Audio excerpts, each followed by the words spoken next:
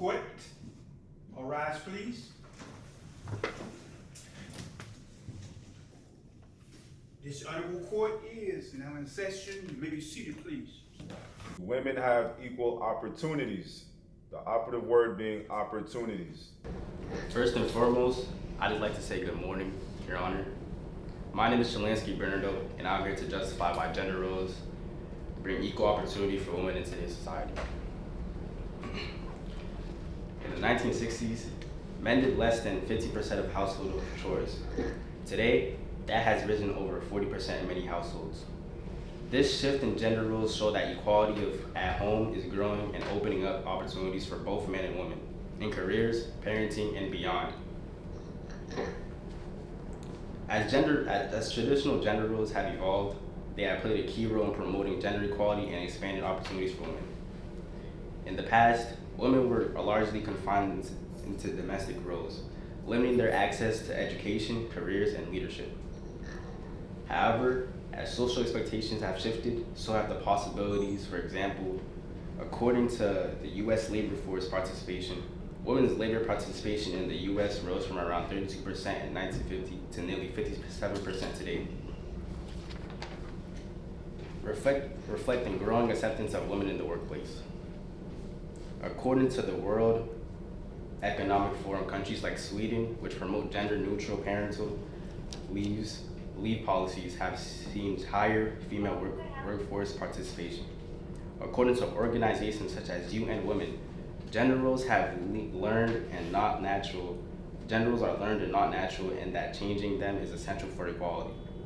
As more women step into leadership positions like Jacinda Ardern and Ngozi Okonjo-Iweala, it becomes clear that getting rid of rigid gender roles leads to fairer and more inclusive societies. Now, you may be asking, how does this support how gender roles bring equal opportunity for women in today's society? My answer, whether it applies to workforce, sports, and education and more. Women like Jacinda Ardern and Ngozi Okonjo-Iweala in leadership positions and redefining what leadership looks like shows that as society challenges outdated gender norms, women gain the freedom to lead, work, and succeed. In conclusion, when gender roles evolve, equal opportunities become real.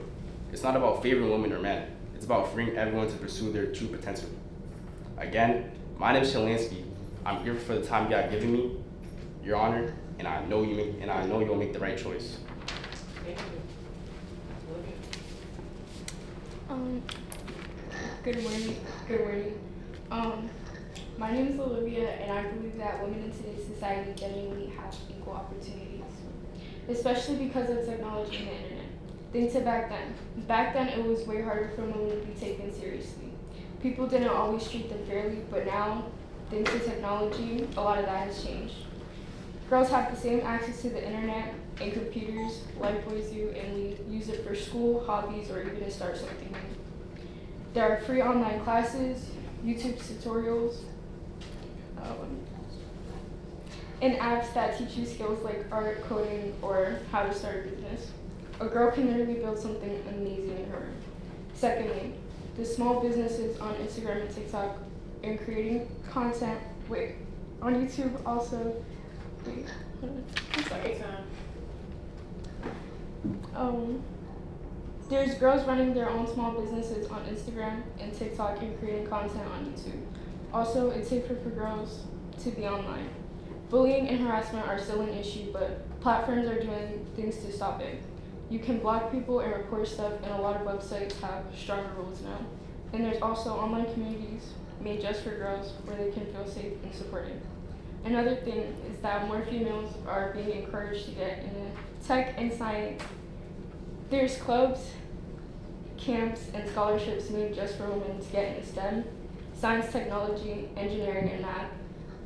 And those jobs were mainly done by men before, but girls now are stepping up and doing great in those areas as well. So honestly, in the end, I do believe women have equal opportunities now because of tech and the internet have helped. Thank you. Alejandra, you're up.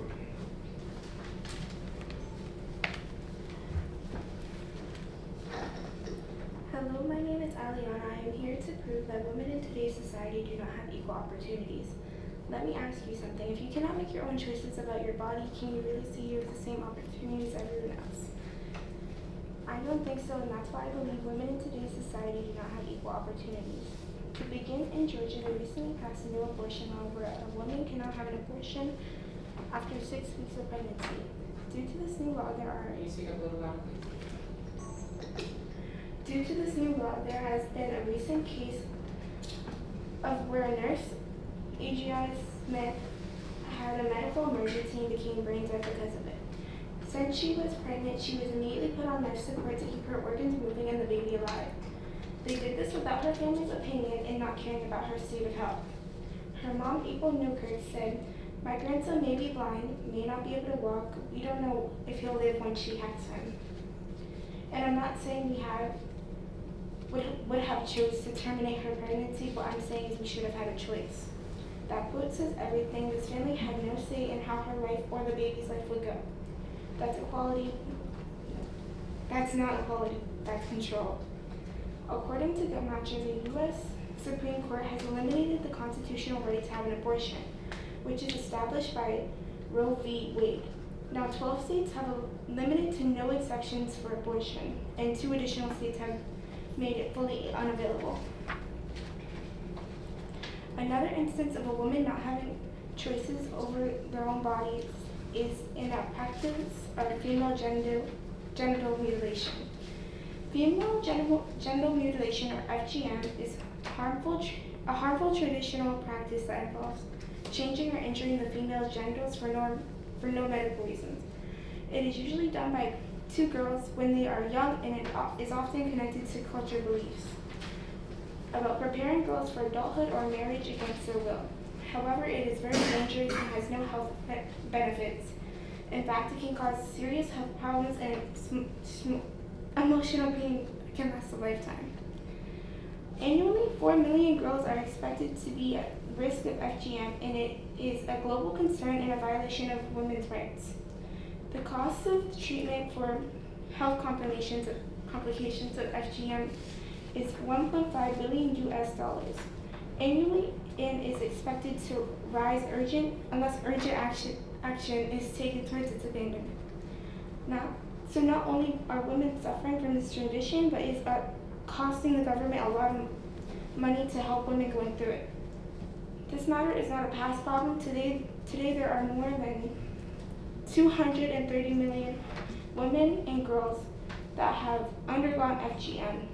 This is happening in almost 30 countries, Africa, Middle East, and Asia, where FGM is practiced. This is being carried out on young girls between infancy and the age 15. This is ruining women's lives from a very young age and taking away many opportunities in the future for them. To conclude, women do not have equal choices when they do not even have full rights over their own bodies. Some women's lives have been ruined or ended because they were denied the right to make that choice. I rest my case.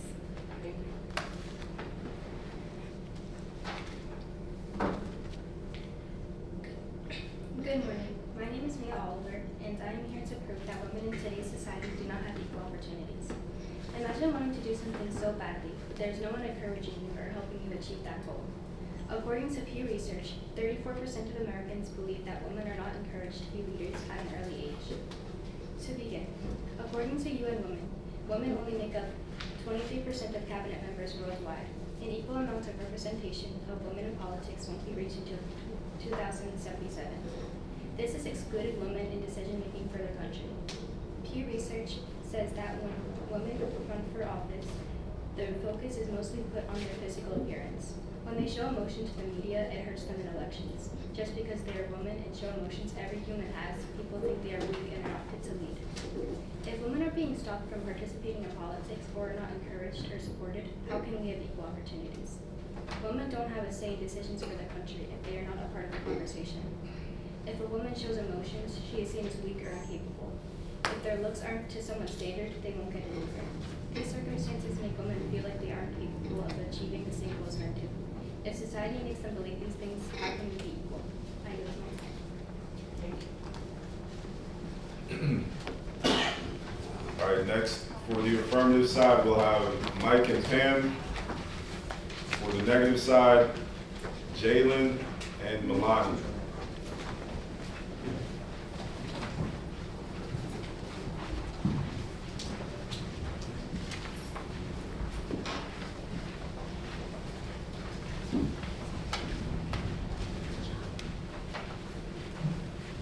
For this round, we'll have Jalen and Milani start, and then we'll go back to the further side where Mike and Cam take us on.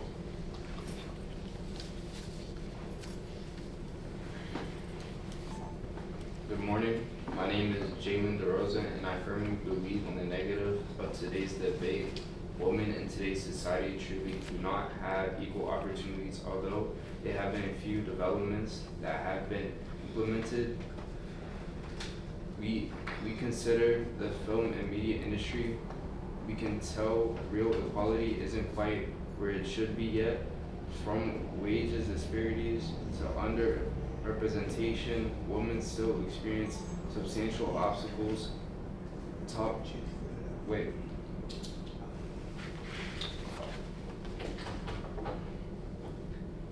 Women comprise nearly 34% of speaking roles, and a small 8% of directors were women in the top grossing films. As per the USC Amberg Inclusion Initiative report for 2023, it is clear from creative roles, even if women are shown on screen, they are shown with stereotypes, submissive or over-sexualized, or supporting characters that affect society's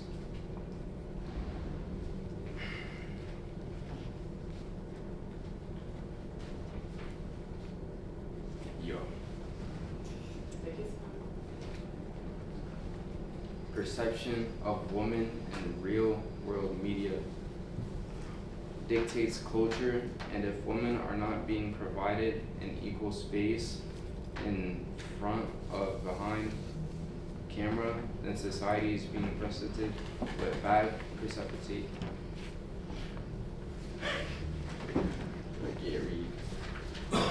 perception of gender equality, so no women do not yet have equal opportunities, particularly in media and film industries where visibility, voice, influence are so overwhelming in men's favor.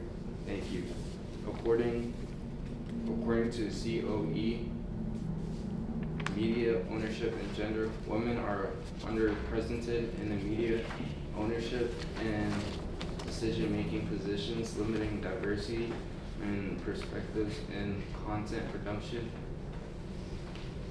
According to The Guardian, movements that impact the industry, despite the #MeToo movement, systematic issues pursued as evidenced by ongoing legal battles involving prominent industry figures like Harvey Weinstein.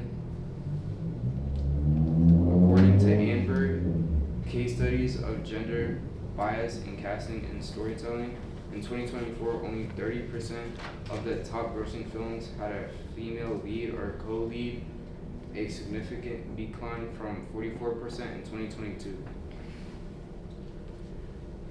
Though we have progress, we must not confuse visibility with equality. Women in media today are stereotyped too often, commended for their looks more than their brains, and often seen in a diversity of roles, often not seen in a diversity of roles of leadership position behind the camera. Women remain underappreciated in directing, producing, and executive levels. These media portrayals shape expectations, limit possibilities, and old gender roles. Equality is not numbers or laws. Experience actual lives until women are represented in the media as complete or competent and powerful women, and everyone else pays attention to real equality is still aspiration but not reality. Thank you. I rest my case, Your Honor.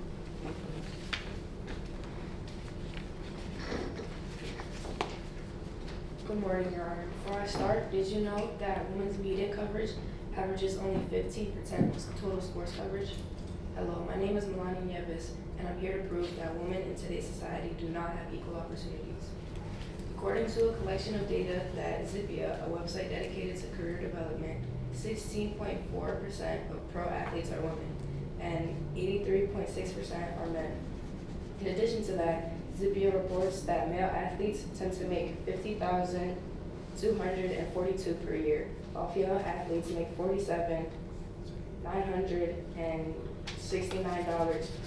A popular phrase people like to say about women playing sports is, girls aren't good enough to play a man's sport.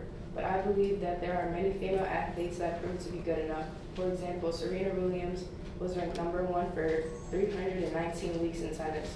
Another example is a fantastic woman by the name of Alicia Clark, who has helped her team, the Seattle Storm, win 3 WNBA championships. Women deserve a lot more attention than they've been getting. The reason why women deserve the same attention as men is because they work just as hard as men do. They put in more than enough hours at practices and workouts. From my own personal experience in Taekwondo, the girls division always gets less attention even if they are world-class ranked. It is not fair for women to get less attention only because of their gender.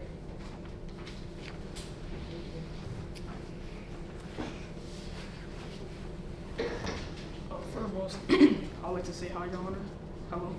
Hello, my name is Mike DeRose, and I stand before you, Honorable Judge Fairtrust, to prove that women in today's society genuinely have equal opportunities. Did you know that a global study found more and more fathers are trying to step into the caregiving roles, but they face judgment, lack of support at work, and pressure to stay the breadwinner? That means women are no longer limited by the old stereotypes. In fact, they're thriving, building in households, careers, and community. As a mother yourself, you've seen firsthand how far women have come, and the shift in fatherhood proves that women aren't just catching up, they're already there. According to Pew's Research Center, in 2023, more men are stepping into the caregiving roles, challenging the old idea that parenting is only a woman's job. But that's just one stereotype being broken. Today, women are also thriving in the field where they were once unprecedented. From boardrooms to construction sites, the U.S. Bureau of Labor Statistics in 2024 showed that women now make up more than half of all professional and managerial positions in the United States, proving they gain equal access to leadership. According to Forbes in 2023, this isn't happening because women are suppressing men, but because more companies and families are working to create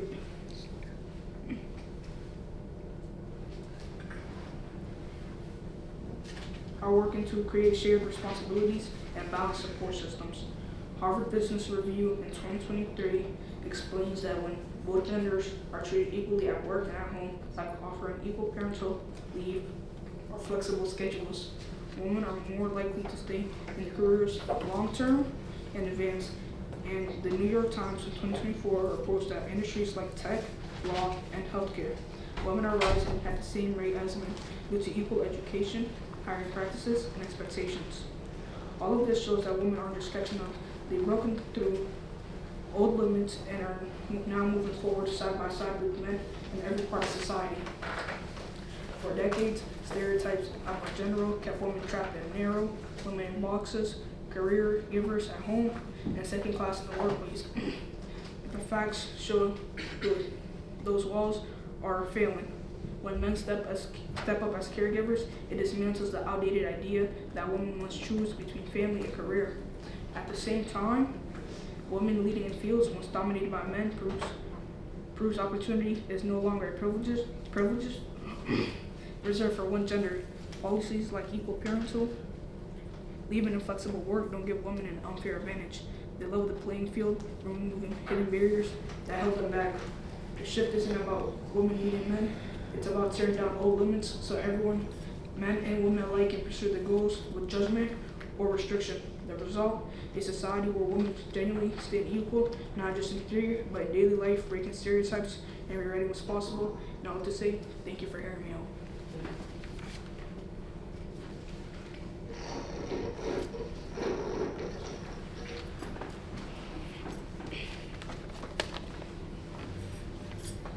There was a black female brought up in Brockton, seeing her young sister survive with a child, watched her parents work, one an MBTA bus driver, another a phlebotomist, but forever dreamed of being more.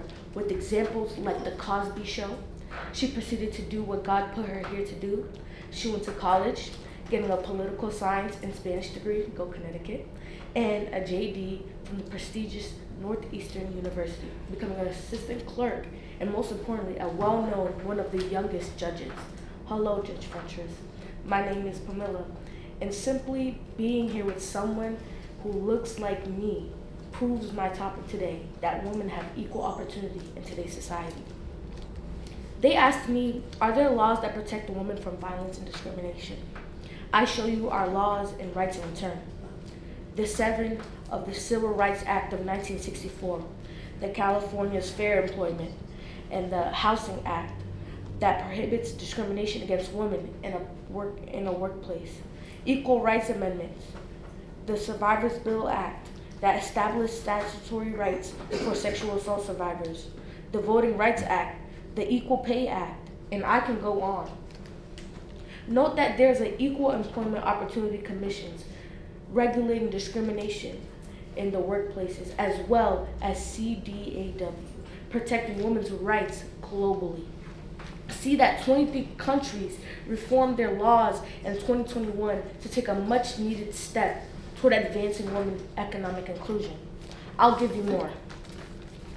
100 years after women gained suffrage, and with a growing number of women in the workplace, holding elected office and running for president, the time for a constitutional amendment explicitly guaranteeing equal rights, regardless of sex, is long overdue.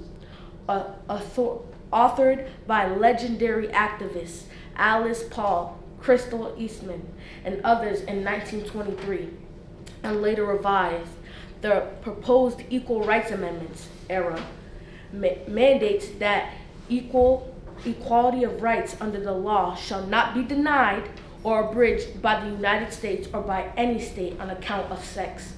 For in essence, efforts to pass the era grew out of a recognition that the commitment to equality rooted in the U.S. Constitution could not be fully realized without an explicit, meaningful commitment to equality, regardless of sex. Now, as women and people across the gender spectrum increasingly face mounting attacks on their rights and autonomy, the current push for the era is a continued reminder that empty, rhetorical, and half measures claiming to support and empower them are entirely inadequate. But we still have the support that we need today. In 2023, a record number of women were elected to Congress, with 128 elected into House and about 25 elected in Senate, when there were none. As well as the share of lawyers who are women have raised to 14%, from 14% to 40% since 1980, according to Pew Research. I ask you to keep that in mind throughout this debate.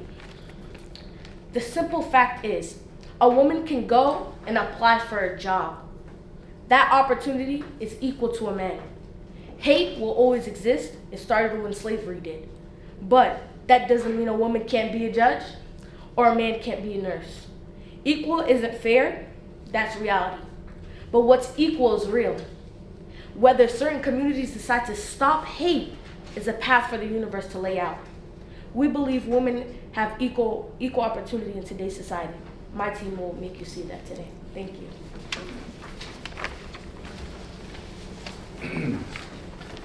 All right, round 3.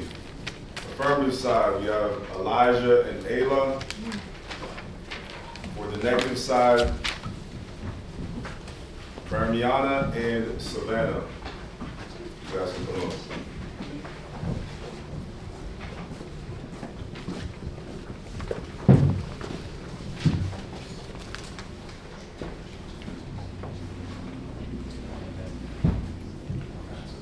Has increased from 30% in the 1980s to 52%, and the doctor of general medicine has increased from 13% to 51%.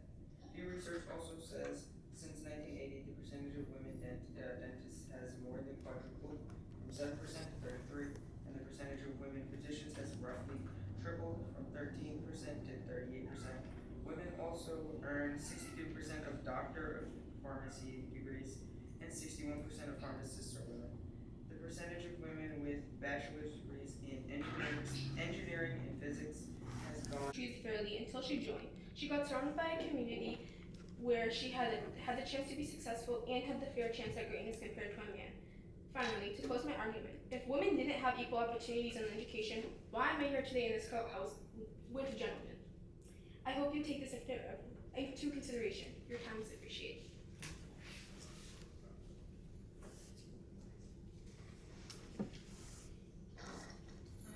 Good morning, Your Honor. My name is Romiana Millian, and today I am here to prove that women don't have equal opportunities in today's society. To start, women get paid less just because of their gender. According to Pew Research, women have earned an average of 85% of what men earned. Also, according to Wall Districts, the Equal Pay Act passed in 1963 was created to abolish the wage disparity between men and women. But 60 years later, the gender pay gap continues with today's women only earning 84 cents to every dollar earned by men. This proves that women don't have equal opportunities towards men. Another reason on how women don't have equal opportunities as men is according to European Parliament, women are at higher risk of poverty and old age due to gender pay gaps. In 2020, women in the EU aged over 65 received pensions that were on average 28.3%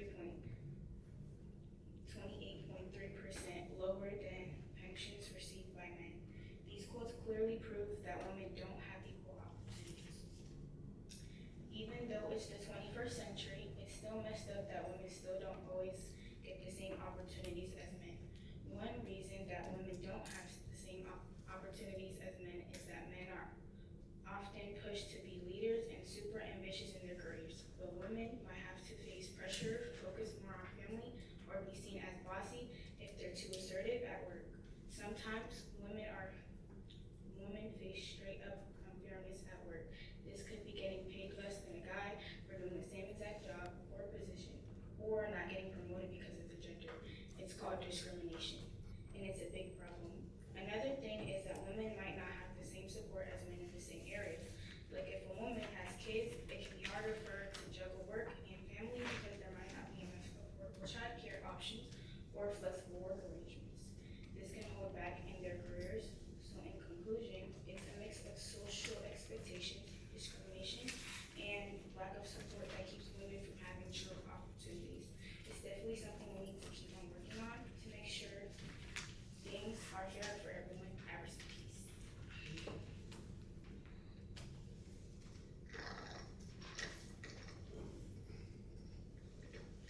Imagine watching your daughter cry because society told her to leave law school up to her husband while she breastfeeds on the couch. Now think to yourself, is this how I want the outside world to view the big girl I said she could do anything she put her mind to?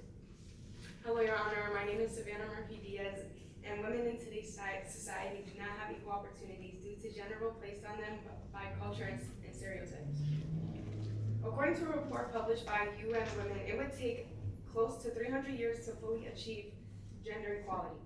Only 47% of data required to track progress on the Sustainable Development Goal 5, also known as SDG, are currently rendering women and girls effectively invisible.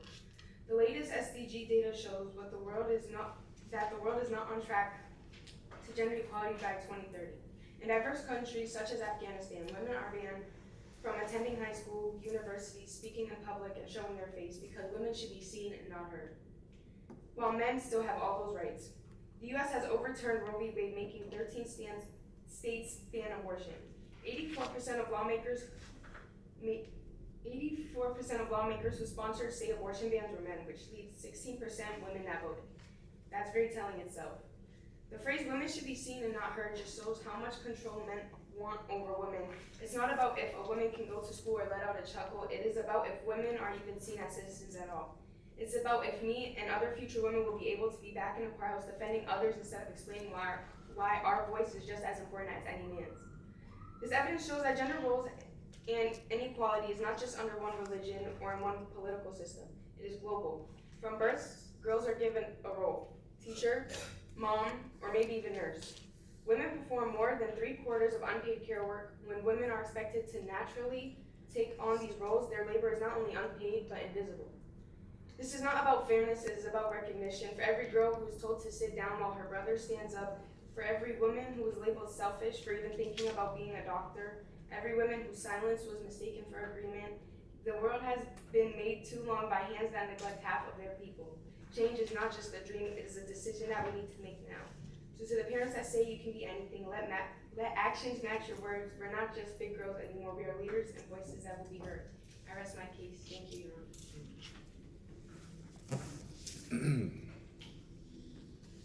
All right, the fourth and final round will have. Good morning, Your Honor. My name is Isabella Mercedes, and today I'm here to prove that women in today's society generally have equal opportunities. I remember how my mother, upon having my sister here in the country, received support before, during, and after giving birth. During her hospital stay, my mother received assistance and was accompanied by the staff until the very end. In this opportunity, I'm going to prove my point through the lens of healthcare. To begin, according to John Cornyn, United States Senator of Texas, in the past year, two U.S. Senators, John Cornyn and Katie Britt, introduced a bill to support pregnant women and new mothers. According to Sen. Cornyn, this legislation will help mothers navigate the challenges of pregnancy, postpartum, and the first years of their children's life, and strengthen families across the country. This bill increases access to adoption agencies, pregnancy resource center, and other relevant public and private resources available to pregnant women, as well as many other resources not offered to men.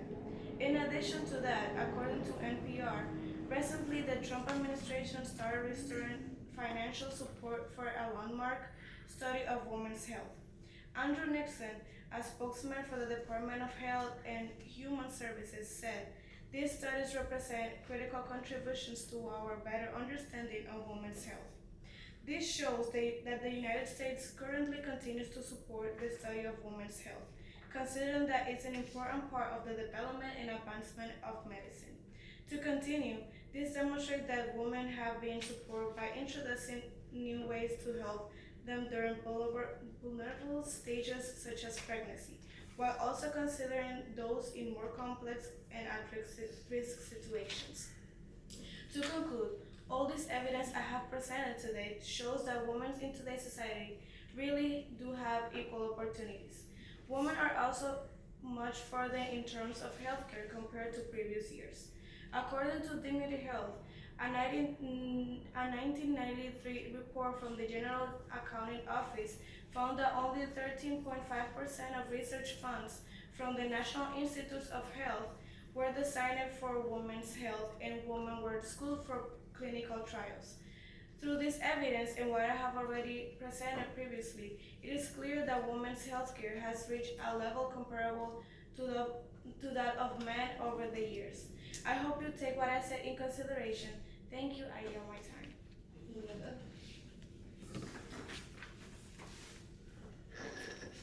The flag that we salute to promises liberty and justice for all. Good morning, Your Honor. I am Nahum Omler, and I am here to prove that in today's society, women do indeed have equal opportunities. In the history of the United States, women had fought for their rights back in a time where they were mostly seen and not heard. In modern times, we would call this feminism and define it as a way to make women stronger in society. But in the words of G.D. Anderson, feminism isn't about making women stronger. Women are already strong, and it's about changing the way the world perceives that strength. Your Honor, many believe that women don't have these equal opportunities just because of the way that we perceive it. But I hope that by the end of my argument, it will be clear that women do have equal opportunities and they are stronger than we ourselves think. A common complaint that one might use is that women are less likely to get paid the same as men. While I cannot deny that this does happen, the government has made a way for women to counteract this pay gap.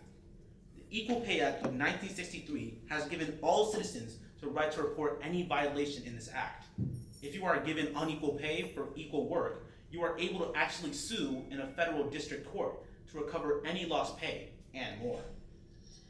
Furthermore, Congress has even expanded this law through other laws, such as Title VII in the Civil Rights Act of 1964, the Age Discrimination Act, or ADEA, and Section 501 of the Rehabilitation Act in 1973.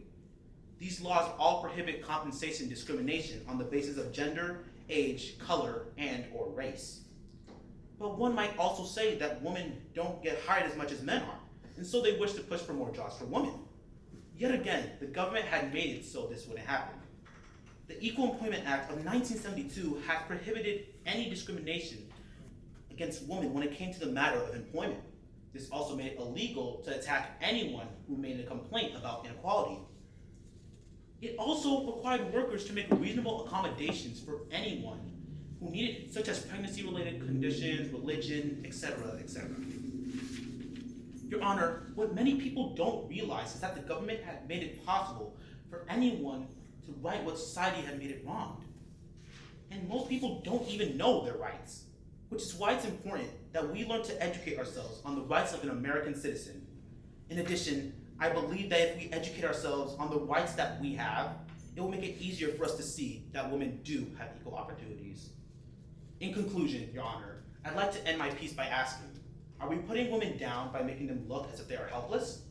The feminist movements are all fighting for great causes, but the way they make women look as if they are inferior is what's holding them back. Which is why it's important that we work together, united, just as our predecessors would have wanted it to be, so that we may end this plague of perceived inequality once and for all. I rest my case.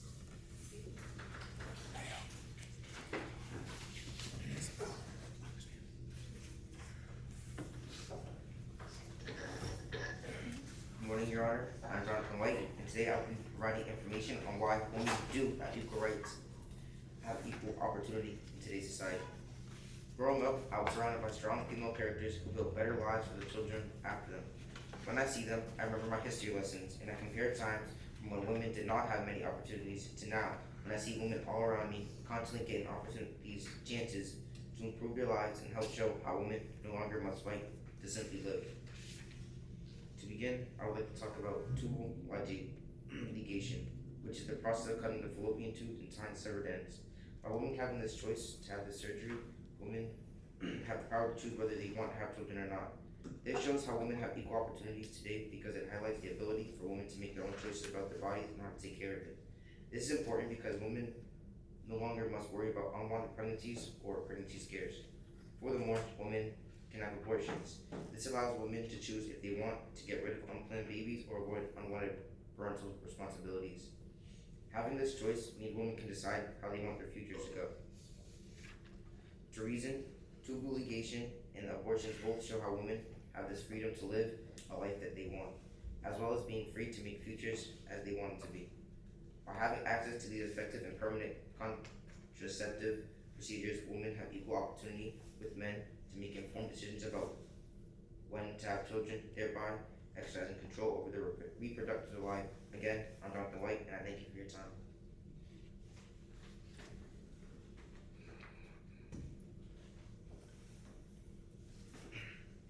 Good morning.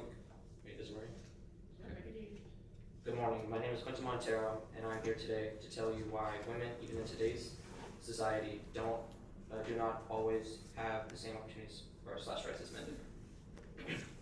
Imagine living in Mingora, Pakistan, as an intelligent little girl or ambitious grown woman, and then being denied the right to an education just because of your gender. Unfortunately, in Mingora, Pakistan, this happens every day, and because of this inequality, really the only opportunities women have for survival/work are as house cleaners or slaves. Also troubling in Mingora is the fact that women are being very closely watched by the Taliban ever since this radical group took over. Along with this ban for education for girls, the Taliban also enforces very harsh punishments for those who do not follow their orders. Malala's story is a strong example of this harsh reality. On ABC News, Malala herself spoke up about what it was like to get shot because of speaking up for all the women and children who were being denied of an education. The masked man approached the vehicle and demanded to know who was Malala. No one said anything. The several girls looked at Malala. Fortunately, she was the only one with her face uncovered. That's when the man lifted his pistol. My friend said he fired 3 shots. The first went through my left eye socket and out under my left shoulder, and the other 2 hit the girl in front of me. Malala Yousafzai was a 15-year-old girl who got shot. Despite this tragic event, a few short years later, Malala ended up winning the Nobel Peace Prize at the age of 17. She is now encouraging others across the world with her words and expressing her feelings through positive actions and speeches for people. Fortunately for Malala, she is now able to go on with her life, spreading stories, positivity, and trying to make a difference in the world. Unfortunately, though, for many, women/girls, for this nation, and across the world, they are not as lucky as Malala. Unfortunately, from Guardian Mingora, from Guardian, it states that Mingora is still under the Taliban's rule, and therefore less than 1 in 3 women have the ability to read. Now it's time to tell you about some facts and statistics that I discovered. First, by Global Gender Equity by BBC News, it shows us that the top 10 list of the hardest schools for little girls and women to attend to and to pass. Number 1, South Sudan. 3/4 of girls don't even make it to primary school. Number 2, Central Africa. For every 1 teacher, there's 80 students. Number 3, only 17% of women between the ages of 15 to 24 are able to read. Number 4, from Afghanistan. Girls are put through tough weather conditions while boys stay inside. Number 5, Chad.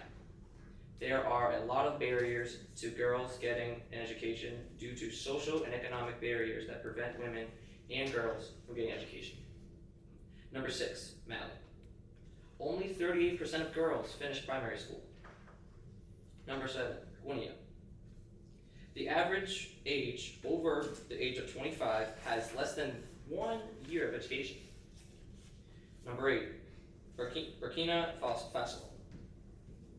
Only 1% of girls complete secondary school.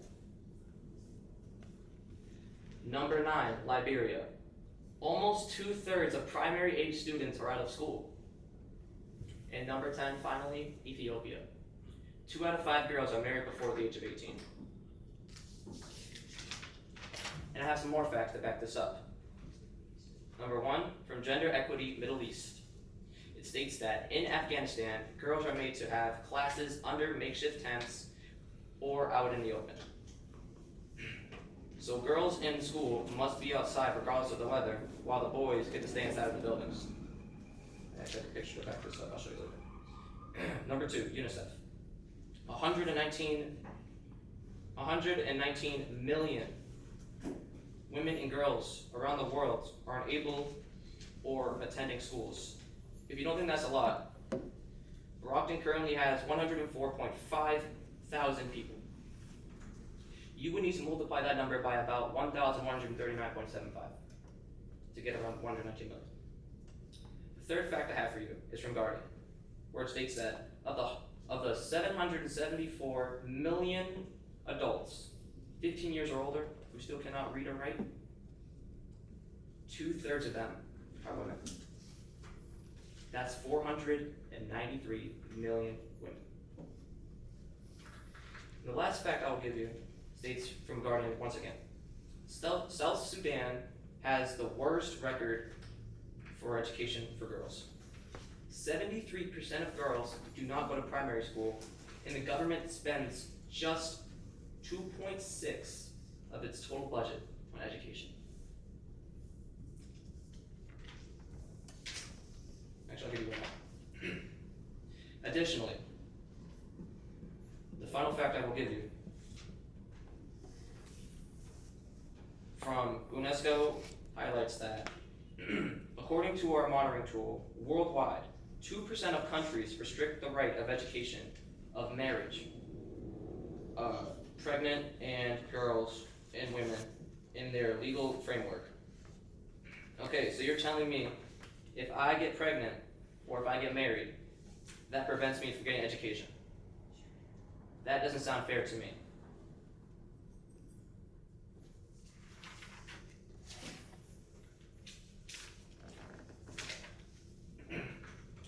keep it nice and short. My question for you is, with all the evidence that we provided, do you still think women actually get the same opportunities as men in today's society across the globe? I rest my case, Your Honor. All right, now for the rebuttal session, you guys will have 5 minutes to put together your argument, and then one person per team.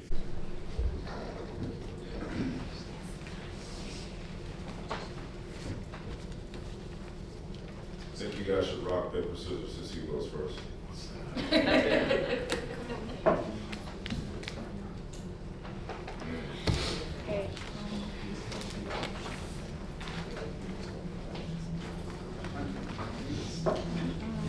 All right, so we have the negative side. Berbiana will be speaking for the negative side. So during debate, I heard Jonathan was stating that women have rights for abortion, but I don't think that's true due to the fact that like most women don't get the chance to like have opinions on which they get to choose whether or not they get to keep the child or not. Since Trump is already like banning that abortion law. And plus, girls in Afghanistan are forced to work outside for school.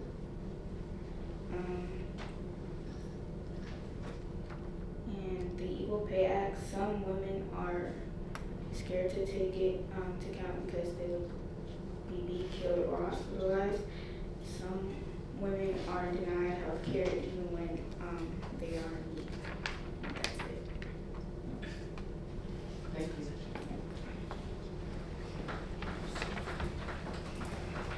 Let's revisit our question.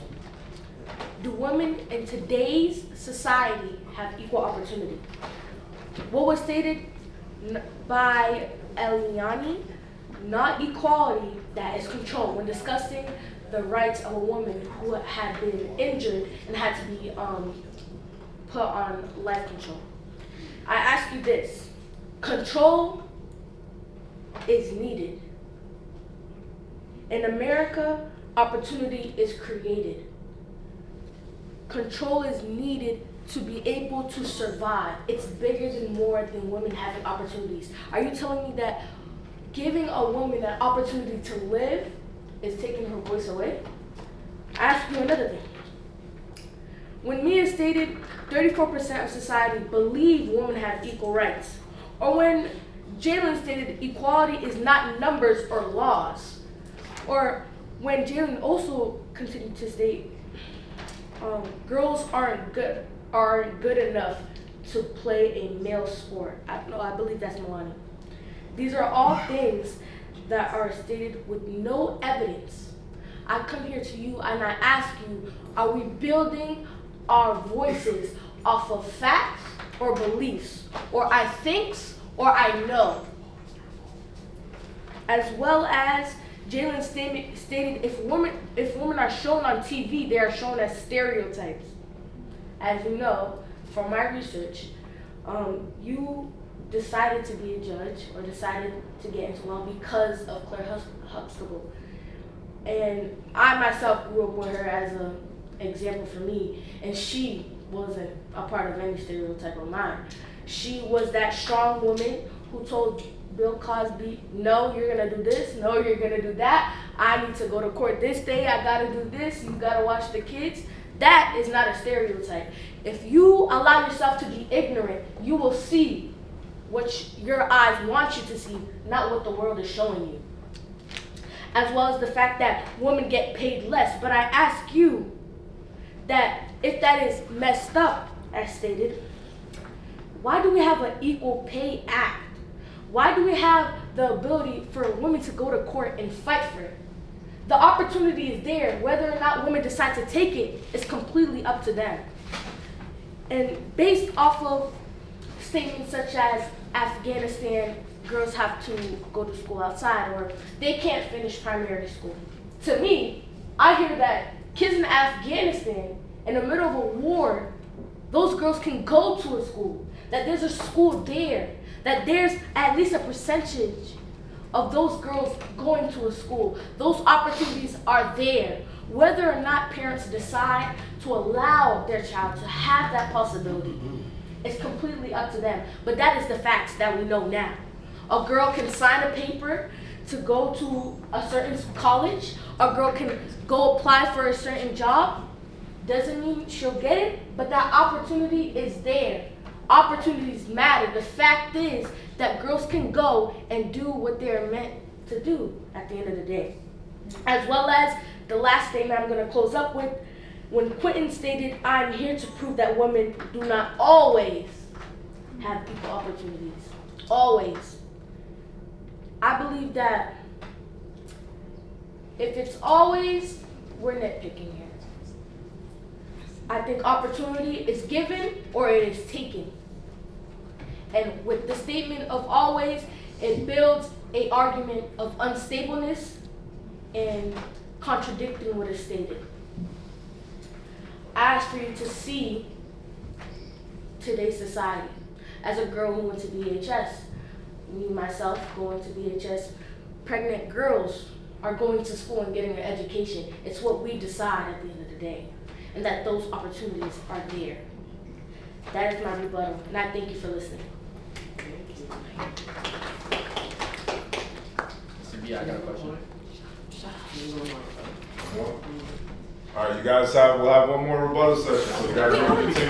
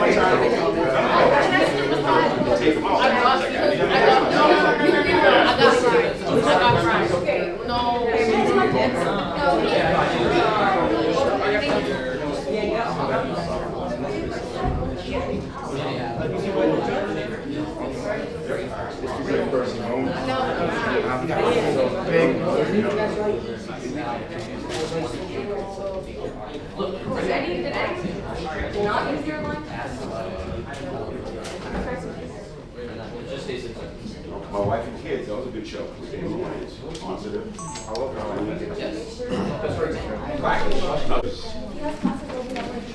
affirmative side, negative side. Speakers are up to speak up. Oh no, if I may, I'd like to allow them to go first. Okay, representing the negative side, we have Jalen, who will speak first. So I'm confused here. When Pam stated that they could just sign papers and go to school, in Afghanistan they can't. It's literally banned, as you see here. And I co-stated, also troubling in Magnolia, the fact that women are being very closely watched by the Taliban ever since the radical group took over, along with this ban to education for girls. Taliban also enforces harsh punishments for those who do not follow their orders. Mala's story is strong. Another example would be in here where she said that girls still have the opportunity to go to school, but how do they have that opportunity to go to school when they're getting treated unjust and unfair? For instance here, not even letting the girls and women go to school, they also have lots of hurdles to jump over and accomplish. And it also states here that some girls are even they're outside in the harsh weather conditions while the boys and men are indoors learning while they're outside under homemade tents.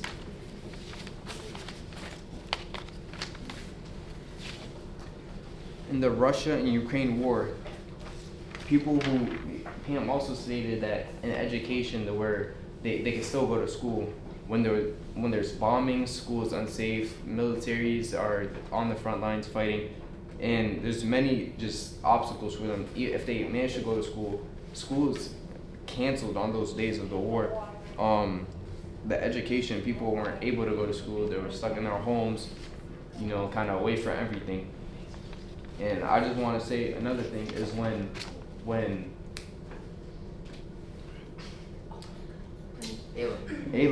Ayla said that her in a room with somebody else means she has an equal opportunity. That's not equal opportunity. You're just there. I could be next to a millionaire and say I'm a millionaire. That's not an equal opportunity. So, like, let's say, I'll give an example. That's like saying I'm at the store and I have an equal opportunity as a cash register. I don't, because they're getting paid while I'm giving money to them. It's a different type of relationship. So, gonna end my little rebuttal. Thank you.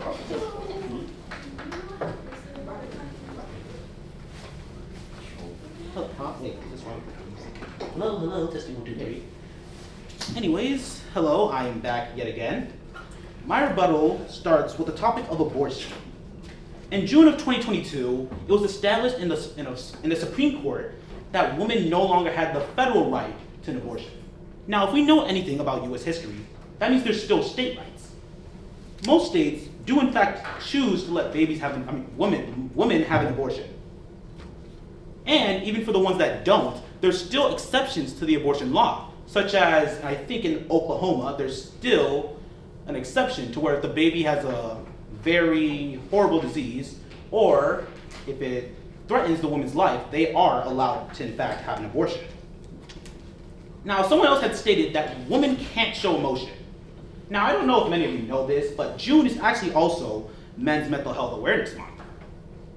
This mostly gets overlooked because men sometimes also have the gender stereotype that they are not allowed to show emotions, otherwise they are seen as weak or, well, crybabies, if I can be informal. There's also the fact that no matter what, hate is going to exist, and what we need to do is stop it together, not just because of one gender, but because it affects all of us. Let's see here. Here we go. The Equal Employment Act also has one more thing attached to it. It also allows you to sue in a federal court if you are reporting a violation. And finally, I'd like to end my piece by asking yet another question. If someone's too scared to take an opportunity, does the opportunity just go away? Does it disappear? No, the opportunity is still there. And the fact that you don't choose to take it doesn't mean that it's gone. If you're too scared to take something, well then, don't just say you never had the opportunity. I rest my case. I think we can give all a round of applause. Please.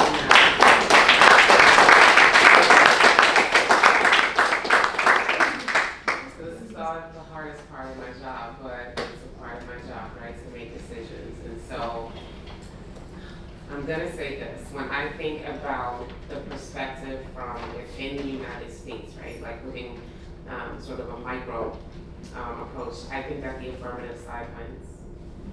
But when I think globally about the entire world and how women are being impacted throughout the world, I think the negative side wins.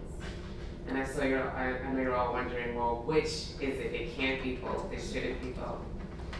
And so, I'm going to choose the negative side. You guys can celebrate. You guys won.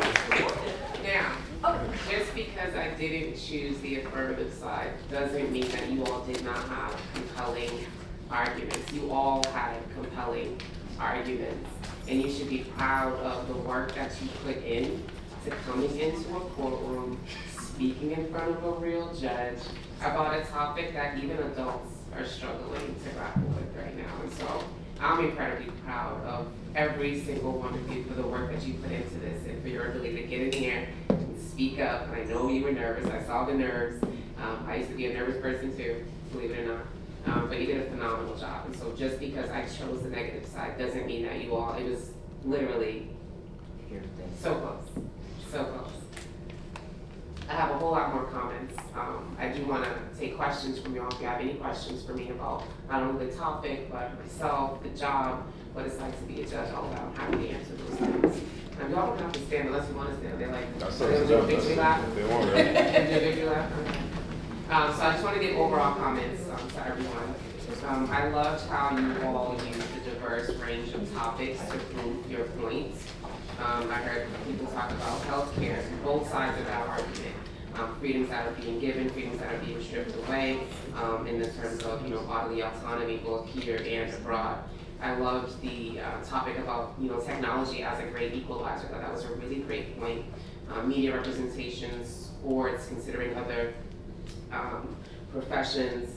And I also talked, I loved, obviously, as someone who was once a lawyer and is now a judge dealing with the laws, the way that you all incorporated the law into your arguments, and talking about sort of the law as a sword and a shield. The sword in the sense that people's rights are being stripped away, but a shield in the sense that it's still there to protect you if you choose to advocate for yourself and find yourself, and in court to exercise your right for equal pay, etc. And so I thought that the range of topics and the different points that you all raised within that range of topics was really phenomenal. And I learned a lot. I love doing this debate because I ended up learning so much hearing you all.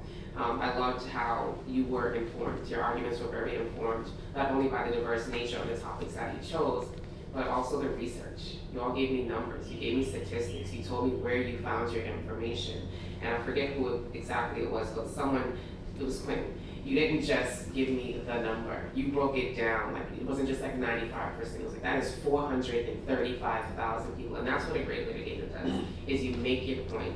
And I'm just singling him out just because I love the way he broke down the numbers. Sometimes you think it's just enough to say the 95% and people get it. You have to talk to people in a number of different ways to make the listener really understand what you're getting at. I thought that was really great. Again, I love the global perspective. I love the teamwork and support you all gave each other. That really comes out during the rebuttal phase, but I also saw it happening during sort of the one-on-one phase. Pam, you were paired with Mike, and he was talking really fast. And you were like, slow down. That's what a good teammate does. I thought that was incredible. I noticed that. And I forget who it was, but one of you was really good with using adjectives to describe your argument, your position. Talked about a fantastic athlete. Like, using bright, fun, colorful language really helps to strengthen your argument as well. And a lot of you did that as well. In the rebuttal stage, I think I originally was worried that we weren't gonna have enough time to be able to have the conversation and for me to answer your questions if you have any. And so I originally said, well, just one rebuttal, but the rebuttal stage, I think, is where you really get to shine, right? It's because it's not your script. You didn't have a chance to practice, and you have to think on your feet, and you have to think about the things that the other side said so that you can rebut every single one of those things. And you all really did such a great job thinking on your feet with a really short period of time to do so. And that's a skill that every good lawyer, if you want to be a lawyer, you don't have to be a lawyer after having done something like this, but that's a skill that every lawyer strives to perfect. You would be surprised if I brought you over to the courthouse and you'll see some of these attorneys who have been practicing for years and cannot answer a question, cannot think on their feet. So the fact that you all were able to do that in such a short period of time should make you very proud. And so tips, I always like to give tips. If the law is something that you want to do, I understand that some people, like my friend Jason over here, have taken what they've learned in this debate and taken it to the stage to act. I think that's incredible. And so I like to give tips about, whether you want to be a lawyer or whatever else you choose to do. Public speaking is a big deal. And I told you all, I used to be a very nervous person. I don't know how many of you know, but I graduated from Brockton High as well. I never had a debate class like this. I knew I wanted to be a lawyer, but I think even if I had a class like this, I probably would not have debated. I would have been too shy and too scared and too nervous. So to see people like Pam just get up here and own it, and Nahum to get up and own it, and a number of others whose names are escaping me right now just get up and own it, just made me so proud. I wondered, like, what your future's gonna be like. It's gonna be so bright, because you all were just so confident and so comfortable in your own skin speaking, and I didn't have that skill, so you all are well on your way. The tips that I would give would be, I know Mr. B-Song said, read your script. And as soon as he said that, I wrote down, like, no, don't read your script. I am someone who thinks that if you are comfortable and confident with your argument, you shouldn't need a script. You know your points. And there was some of you, and I was at Jalen. Where's Jalen? I feel like you felt more comfortable during rebuttal without a script than you did during your original argument with your script, because it was straight off the dome and you were just flowing. And it seemed like you were much more comfortable the second time. So I'm a big proponent of not using a script at all. And so the question is, well, how do I prepare if I don't have every single word written down? Bullet points. You know what you want to talk about. You know where you got your research from. You know where you got your data from. And so just be able to, argue it. The problem is when you are stuck to a script, you get stuck to reading it, and you want to make the eye contact and make sure you're making eye contact like we talked about, but then you can look back down and you lost your place. Thank you. I think we can give you all a round of applause. Breathe now.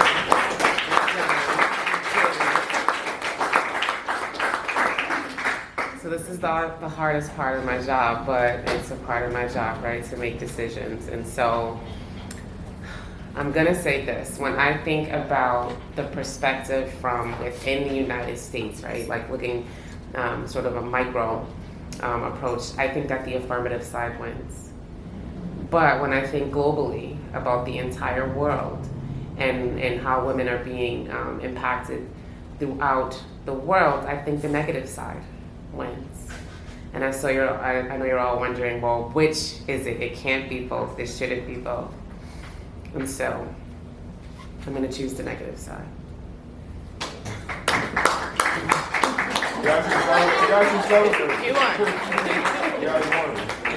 Now, just because I didn't choose the affirmative side doesn't mean that you all did not have compelling arguments. You all had compelling arguments, and you should be proud of the work that you put in to coming into a courtroom, speaking in front of a real judge about a topic that even adults are struggling to grapple with right now. And so I'm incredibly proud of every single one of you for the work that you put into this and for your ability to get in here and speak up. And I know you were nervous. I saw the nerves. I used to be a nervous person too, believe it or not. But you did a phenomenal job. And so just because I chose the negative side doesn't mean that you all, it was literally so close, so close. I have a whole lot more comments. I do want to take questions from y'all if you have any questions for me about not only the topic, but myself, the job, what it's like to be a judge, all of that. I'm happy to answer those things. Y'all don't have to stand unless you want to stand. Are they going to do a victory lap? If they want, right? You going to do a victory lap? Okay. So I just want to give overall comments to everyone. I loved how you all used a diverse range of topics to prove your points. I heard people talk about healthcare and both sides of that argument. Freedoms that are being given, freedoms that are being stripped away, in the terms of bodily autonomy both here and abroad. I loved the topic about technology as a great equalizer. I thought that was a really great point. Media representation, sports, considering other professions. And I also I loved, obviously, as someone who was once a lawyer and is now a judge dealing with the laws, the way that you all incorporated the law into your arguments, and talking about sort of the law as a sword and a shield. A sword in the sense that people's rights are being stripped away, but a shield in the sense that it's still there to protect you if you choose to advocate for yourself and find yourself in court to exercise your right for equal pay, etc. And so I thought that the range of topics and the different points that you all raised within that range of topics was really phenomenal. And I learned a lot. I love doing this debate because I end up learning so much hearing you all. I loved how you were informed. Your arguments were very informed, not only by the diverse nature of the topics that you chose, but also the research. You all gave me numbers, you gave me statistics, you told me where you found your information. And I forget who exactly it was, but someone It was Quinn. You didn't just give me the number. You broke it down. Like, it wasn't just like 95%. It was like, that is 435,000 people. And that's what a great litigator does, is you make your point. And I'm just singling him out just because I love the way he broke down the numbers. Sometimes you think it's just enough to say the 95% and people get it. You have to talk to people in a number of different ways to make the listener really understand what you're getting at. I thought that was really great. Again, I love the global perspective. I love the teamwork and support you all gave each other. That really comes out during the rebuttal phase, but I also saw it happening during sort of the one-on-one phase. Pam, you were paired with Mike, and he was talking really fast, and you're like, slow down. That's what a good teammate does. I thought that was incredible when I noticed that. And I forget who it was, but one of you was really good with using adjectives to describe your argument, your position. Talked about a fantastic athlete. Like, using bright, fun, colorful language really helps to strengthen your argument as well. And a lot of you did that as well. And the rebuttal stage, I think, was, I originally was worried that we weren't going to have enough time to be able to have the conversation and for me to answer your questions if you have any. And so I originally said, well, just one rebuttal. But the rebuttal stage, I think, is where you really get to shine, right? It's because it's not your script. You didn't have a chance to practice, and you have to think on your feet, and you have to think about the things that the other side said so that you can rebut every single one of those things. And you all really did such a great job thinking on your feet with a really short period of time to do so. And that's a skill that every good lawyer, if you want to be a lawyer, and you don't have to be a lawyer after having done something like this, but that's a skill that every lawyer strives to perfect. You would be surprised if I brought you over to the courthouse and you'll see some of these attorneys who have been practicing for years and cannot answer a question, cannot think on their feet. And so the fact that you all were able to do that in such a short period of time should make you very proud. And so tips, I always like to give tips. You know, if the law is something that you want to do, I understand that some people, like my friend Jason over here, have taken what they've learned in this debate and taken it to the stage to act. I think that's incredible. And so I like to give tips about, you know, whether you want to be a lawyer or whatever else you choose to do. Public speaking is a big deal. And I told you all, I used to be a very nervous person. I don't know how many of you know, but I graduated from Brockton High as well. I never had a debate class like this. I knew I wanted to be a lawyer, but I think even if I had a class like this, I probably would not have debated. I would have been too shy and too scared and too nervous. So to see people like Pam just get up here and own it, and Nahum to get up and own it, and a number of other whose names are escaping me right now just get up and own it, just made me so proud and wonder like what your future's gonna be like. It's gonna be so bright.